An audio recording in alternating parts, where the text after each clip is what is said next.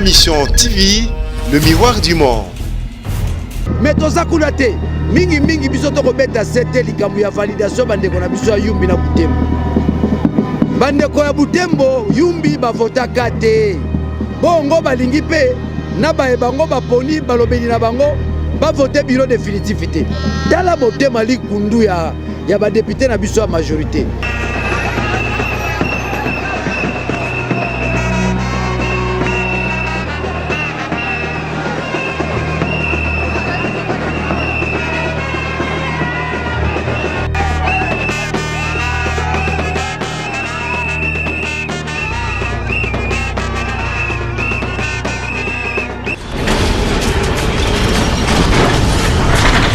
Ma mission TV, le miroir du monde.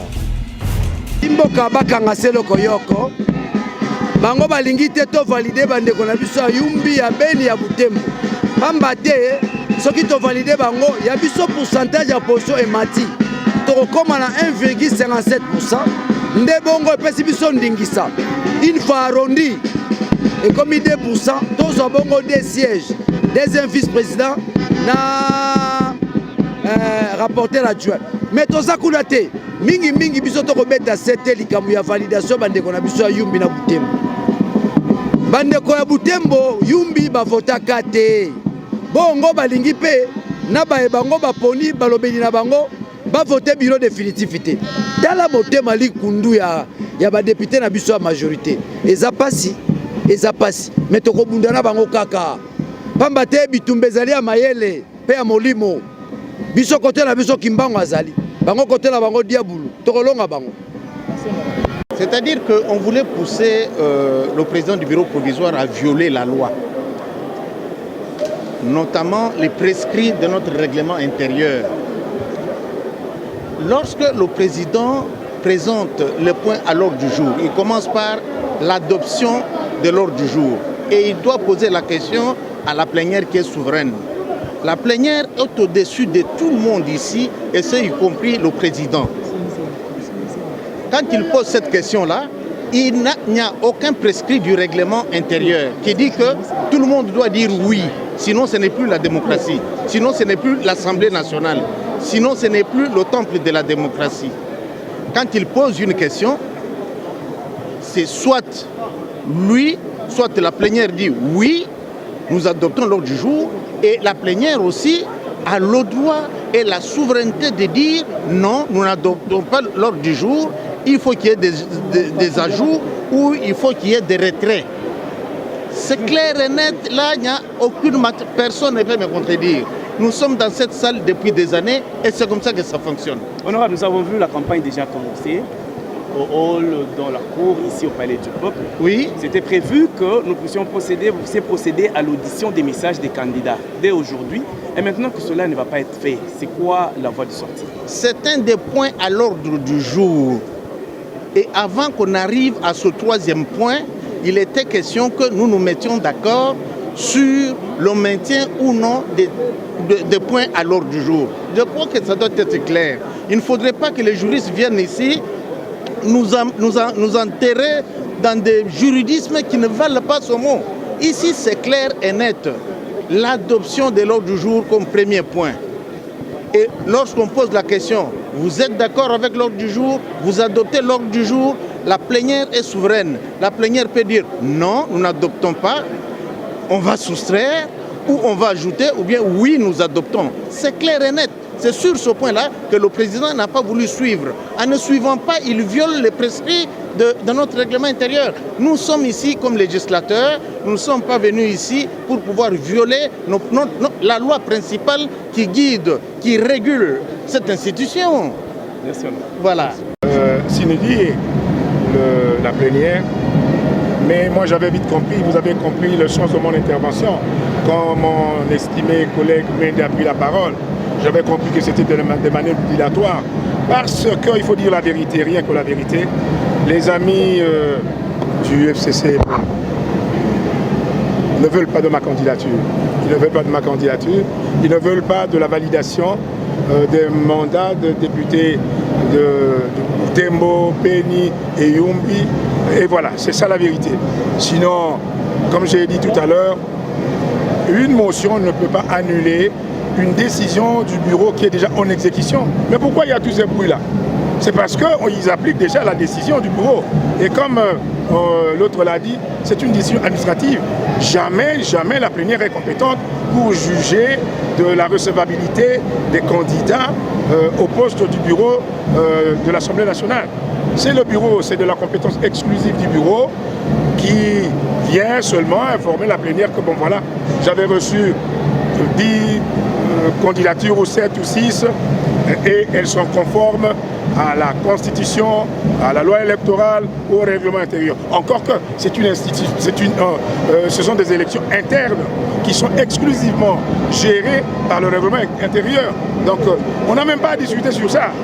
C'est pas la première fois qu'on organise les élections. Moi-même j'étais candidat comme vice-premier ministre, vice-premier président avec Louangé. Mais le bureau était venu, Minaco était venu seulement annoncer la décision et puis on a organisé les élections. Mais c'est malheureux. Moi je ne comprends pas les amis du FCC, principalement du PPRD.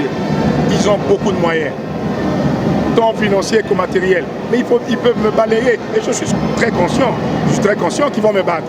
Mais au moins pour la liberté, pour la démocratie, qu'on aille jusqu'au bout, c'est tout. C'est ce qui fait la beauté également de la démocratie. Mais moi, j'ai la conviction qu'ils ont peur de la validation des mandats des amis qui venaient d'être élus et peur de ma candidature pour rien, alors que je ne représente rien.